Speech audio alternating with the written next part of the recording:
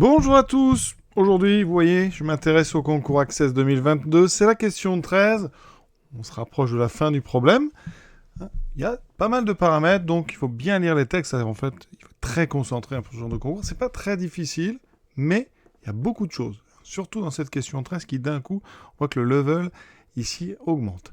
Donc on était, évidemment, il faut avoir fait les questions 11 et 12. Comme ça, vous êtes vraiment imprégné du texte. On a un terrain P1 ici qui a une aire, on l'a déjà calculé, de A moins pi sur 8 fois x carré. Ça a été démontré dans la question 11. Et notre propriétaire, M. Dupont, envisage de produire des tomates et ou des tournesols sur cette parcelle, donc, dont on connaît l'aire. Et on vous précise deux phrases, donc qu'on traduira assez facilement ça. Pour 19 €, on peut avoir 10 plants de tomates et 20 plants de tournesol. Et ensuite, pour 5 €, on a 3 plants de tomates et 5 plants de tournesol. Donc ça, c'est une première chose qu'on va même traduire tout de suite. Par exemple, on vous donne les notations. Ici, le prix d'un plant de tomate, c'est X1. Le prix d'un plant de tournesol, c'est XE. Donc si je traduis vraiment en direct les deux premières lignes, j'ai donc 10 plants de tomates. 10 X1 plus 20 plants de tournesol, 20 X2 doit être égal à 19. Et ensuite, en même temps, on doit avoir 3 plants de tomates, 3 X1 plus 5 plants de tournesol, 5 X2 qui doit valoir 5 €. Ça, c'est déjà nos deux premières phrases du résumé. Comme ça, on a déjà fait un travail pas inintéressant. Ensuite, on nous dit qu'on plante dans notre terrain, eh bien, je vais le mettre en orange, 4 plants de tomates par mètre carré et 6 plants de tournesol par mètre carré. Donc je note ça quelque part. Donc c'est 4 plants de tomates, 4 tomates par mètre carré et 6 tournesols par mètre carré. Ce sera important comme chose ça après. Ensuite, des choses qui ont l'air un petit peu plus difficiles. Il décide de planter bêta% de sa parcelle avec des tomates et le reste avec des tournesols. Voilà. Et on suppose, ça fera un paramètre en moins, que la valeur de A, c'est 1,4. Donc je vais tout de suite calculer l'aire. Donc l'aire de notre parcelle, quand je prends A égale 1,4, j'ai moins pi sur 8. Mais on me dit que pi sur 4 vaut 0,8. D'accord? Donc pi sur 8, je divise par 2.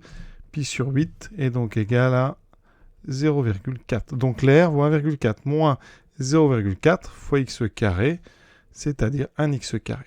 Voilà. Et ça, c'est en mètres carrés. Donc très intéressant. L'air numéro 1 a une aire de x carré mètre carré. On a nos 4 propositions. Sont-elles vraies, sont-elles fausses? On va les prendre les unes après les autres. Alors, on nous parle d'abord de x1, x2. Alors, vous voyez, 5x1 plus 3x2, est-ce que ça fait 5? Bon, on sait, nous, que 3x1 plus 5x2 fait 5. Vous voyez bien que ce n'est pas les bons coefficients, donc ça a l'air faux, mais parfois, mathématiquement, il se pourrait que les deux fassent 5. Donc, on va aller résoudre ce système. Comment est-ce qu'on résout un système comme ça? Alors, c'est loin d'être évident, parce qu'on n'en fait pas beaucoup au lycée. C'est un système loin d'être évident à résoudre. Donc, les méthodes, vous avez des méthodes par substitution, des méthodes par combinaison. Alors, ce qu'on fait quasiment exclusivement au lycée, c'est méthodes par substitution. D'accord? Ça peut être difficile, vraiment. Là, je vais vous montrer comment on peut faire par combinaison. Vous allez garder la ligne où les coefficients sont les plus petits. Donc 3x1 plus 5x2 égale à 5. L'idée, c'est qu'on va essayer de faire une combinaison de la première ligne à la deuxième ligne qui fasse disparaître une inconnue. Donc on va faire ça à côté. Vous voyez, la première ligne, ici, j'ai un 20. Là, j'ai un 5. Ça veut dire que si je multiplie la deuxième ligne par 4, je vais avoir 12x1 plus 20x2 égale 20. J'ai multiplié en fait ici cette ligne par 4. Et maintenant, regardez, je vais faire une soustraction des deux lignes. Terme à terme. Donc là, je vais avoir 10 moins 2 moins 12, ça fait moins 2x1. 20x2 moins 20x2, ça fera 0x2. Ça va être égal à 19 moins 20 égale à moins 1. Donc ici, eh bien, je peux remplacer la première ligne par la première ligne moins un multiple de la deuxième. Ce qui fait que je peux, à la place de la première ligne, mettre ce que je viens de trouver, c'est-à-dire moins 2x1 égale moins 1. Et quand on fait ça, eh bien, on indique ici qu'on a écrit L1 moins 4 L2. On a combiné.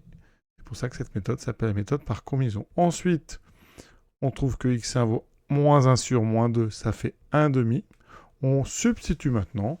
3 fois 0,5, ça fait 1,5. Plus 5x2 est égal à 5. On continue de résoudre. Donc x1, on l'a trouvé. Et donc x2, ça fera quoi? 5 moins 1,5, je trouve 3,5. Il y avait ici un 5. Donc vous voyez qu'en divisant par 5, x1 égale 0,5. x2 vaut 3,5 sur 5 qui fait 0,7. On a notre couple solution. Pour être sûr, vous pouvez, si vous voulez, remplacer et vérifier que ça marche. Voilà. Donc maintenant, pour la proposition A, je vais calculer 5 fois x1 plus 3 fois le x2 que j'ai trouvé. Ça fait 2,5 plus 2,1. C'est différent de 5. Donc la proposition A, elle est fausse. Maintenant, x2, ça fait x1 moins 0,2. x1 moins 0,2, ça fait 0,5 moins 0,2. Et vous voyez que ça donne 0,3 qui n'est pas égal à x2. Donc, la deuxième affirmation, elle est elle aussi fausse. C'est dans l'autre sens, en fait. C'est x2, enfin c'est x1 qui est égal à x2 moins 0,2. Affirmation C. Alors maintenant, combien est-ce qu'on va être obligé d'acheter de tomates? Alors, l'air, on l'a calculé, c'est x2. Moi, je prends bêta % de la parcelle. Donc, j'ai mètre carré de tomates. C'est donc bêta sur 100 fois x2. D'accord? Bêta %, c'est en fait bêta sur 100. Combien je mets de pieds de tomates par mètre? 4. Donc, nombre de pieds de tomates. Je multiplie donc ce résultat par 4. Donc, j'ai 4 bêta sur 100 x2. Bon, j'ai déjà mis le 4, pardon. Et ensuite, le prix de tous ces pieds de tomates. On a trouvé que chaque pied valait 0,5. C'est notre x1. Donc, vous aurez 4 bêta sur 100 x2 fois 0,5. Alors, 4 fois 0,5, ça fait 2. J'ai donc 2 bêta x carré sur 100. Ça n'est donc pas, vous voyez, bêta x carré. Donc, le C est faux. Donc, pour l'instant, on a 3 faux. Donc, la D, alors, pour la D, ce qui est pratique, c'est qu'on fixe des valeurs. On prend x égale 20. Donc, x carré vaudra 400. Bêta égale à 100. Donc, le prix déjà de toutes mes tomates.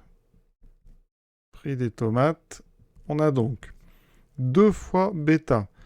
2 fois 10 fois x au carré fois 400 sur 100. On peut simplifier ici par 100. Il me reste en haut, eh bien, 40 fois 2, 80 euros. Donc, on a 80 euros de tomates. Maintenant, il faut que je calcule le prix des tournesols.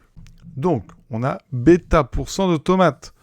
Donc, j'ai 100 moins bêta sur 100% de tournesol fois l'air du terrain, multiplié par le nombre de... Ça, c'est le mètre carré sur lequel je vais mettre des tournesols. D'accord? J'ai bêta sur 100 de tomates. Donc, le complémentaire, c'est 100 moins bêta sur 100. D'accord? La somme des deux doit faire 100%, donc on doit faire 1. Ensuite, ça c'est le nombre de mètres carrés. Je multiplie par 6 parce qu'il y a 6 pieds au mètre carré et le prix de chaque pied c'est 0,7. Ça me donne quoi tout ça? Alors bêta, je vous l'ai dit, vaut 10. Donc là, 100 moins 10, ça fait 90 sur 100. Ça, ce nombre-là fait 0,9. X carré vaut 400. Donc je remplace. Je n'ai plus qu'à calculer tout ce nombre. Alors, ici, 0,9 fois 400, ça fait 360. 6 fois 0,7, ça fait 6 fois 7, 42, ça fait 4,2. Donc, je calcule 360 fois 4,2. Donc, ici, je vais faire 36 fois 42. Alors, 2 fois 6, 12, je retiens 1. Ensuite, c'est les astuces de calcul. Ici, on ne va pas rentrer dans les détails, mais ça fait 6 fois 4, 24 et 6, 30. Je n'avais pas de retenue. Donc ici, j'ai une retenue de 1, ça fait donc 31, je retiens 3. Et ensuite, je m'occupe donc 3 fois 5, 3 fois 4, 12 et 3, 15. Donc on a ici 1512 euros. Alors sinon, vous posez la multiplication, ça vous donnera ceci. Vous ajoutez au 80, Résultat, 1512,80 1592 euros au total. Et on nous annonce 1592. Donc, on a la 4e affirmation qui est vraie.